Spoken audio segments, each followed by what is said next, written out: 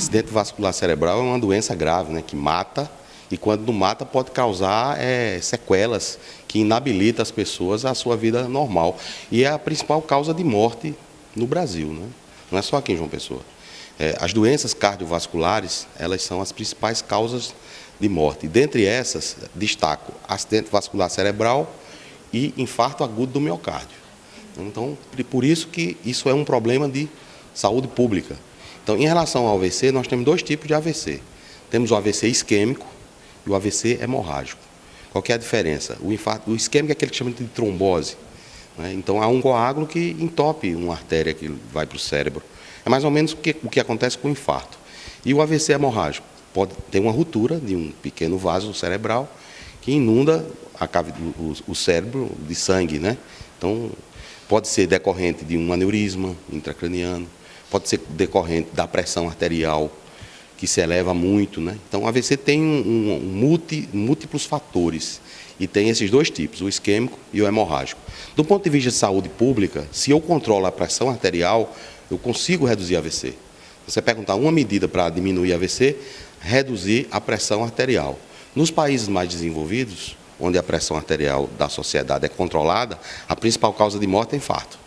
Nos países como o nosso, onde há ainda uma certa heterogeneidade, né? Então a gente tem áreas mais ricas, onde tem mais infarto, porque o controle da pressão é melhor. E locais que são mais pobres, né, que o controle da pressão não é tão efetivo, a gente tem mais acidente vascular cerebral, né? Isso atinge pessoas de todas as idades, né? Porque, por exemplo, um aneurisma intracraniano é algo que pode afetar pessoas de 30 anos, né? Pessoas mais jovens. Já um AVC isquêmico decorrente de aterosclerose é mais raro em jovens, né? Já há dentro do arsenal terapêutico da medicina uma série de providências que podem ser tomadas, né? Por exemplo, no AVC isquêmico, nós temos medicamentos, que são chamados de drogas trombolíticas, que pode ser feito nas primeiras horas, que recanaliza o vaso, a artéria que está entupida. E quando isso aí é aplicado precocemente, a gente reduz mortalidade e reduz sequelas. No caso do AVC hemorrágico, existe hoje um arsenal terapêutico também, em termos de tratamentos endovasculares, que se pode corrigir esses pequenos aneurismas que rompem com umas molinhas, né, que a gente chama de embolização.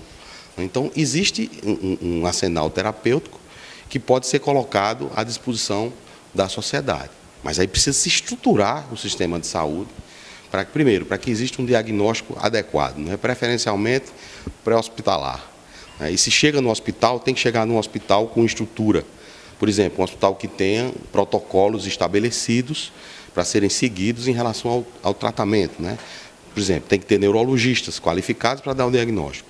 Tem que ter tomografia para fazer o diagnóstico tomográfico mais rápido e preciso. Ressonância magnética, para a gente ver se ali ainda tem uma determinada área que pode se beneficiar com um tratamento de perfusão. Ou seja, hoje em neurologia se faz, na parte de neurointervenção, se faz o mesmo que a gente faz no coração, né? Tem um infarto, a artéria está entupida, a gente desentope com angioplastia. A mesma coisa pode ser feita no cérebro, de tal sorte que a gente recupera essas pessoas, né? Precisa estruturar esse sistema para que esse atendimento seja feito de uma forma eficaz. O que são as causas assim do AVC? O que faz com que a pessoa... Como eu falei, são múltiplas causas, né? No caso do AVC isquêmico, são as causas da aterosclerose. Não é uma causa só. Por exemplo, pressão alta, diabetes, tabagismo, vida sedentária, obesidade, né? Então, essas causas precisam ser corrigidas.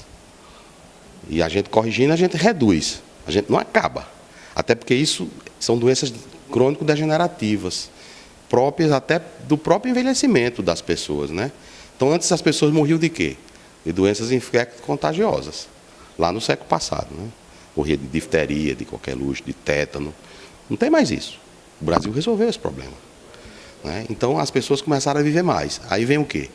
As chamadas doenças crônico-degenerativas, que são as principais causas de morte. Depois vem o câncer. Também, de certa forma, decorre das pessoas viverem mais. Problema de trauma. Acidente automobilístico, causas externas, né? Violência. Então, você perguntou que AVC em jovem, mas seguramente o problema maior de mortalidade de jovem é a violência. Se você for na periferia, você vai ver o que é que acontece. É o crack.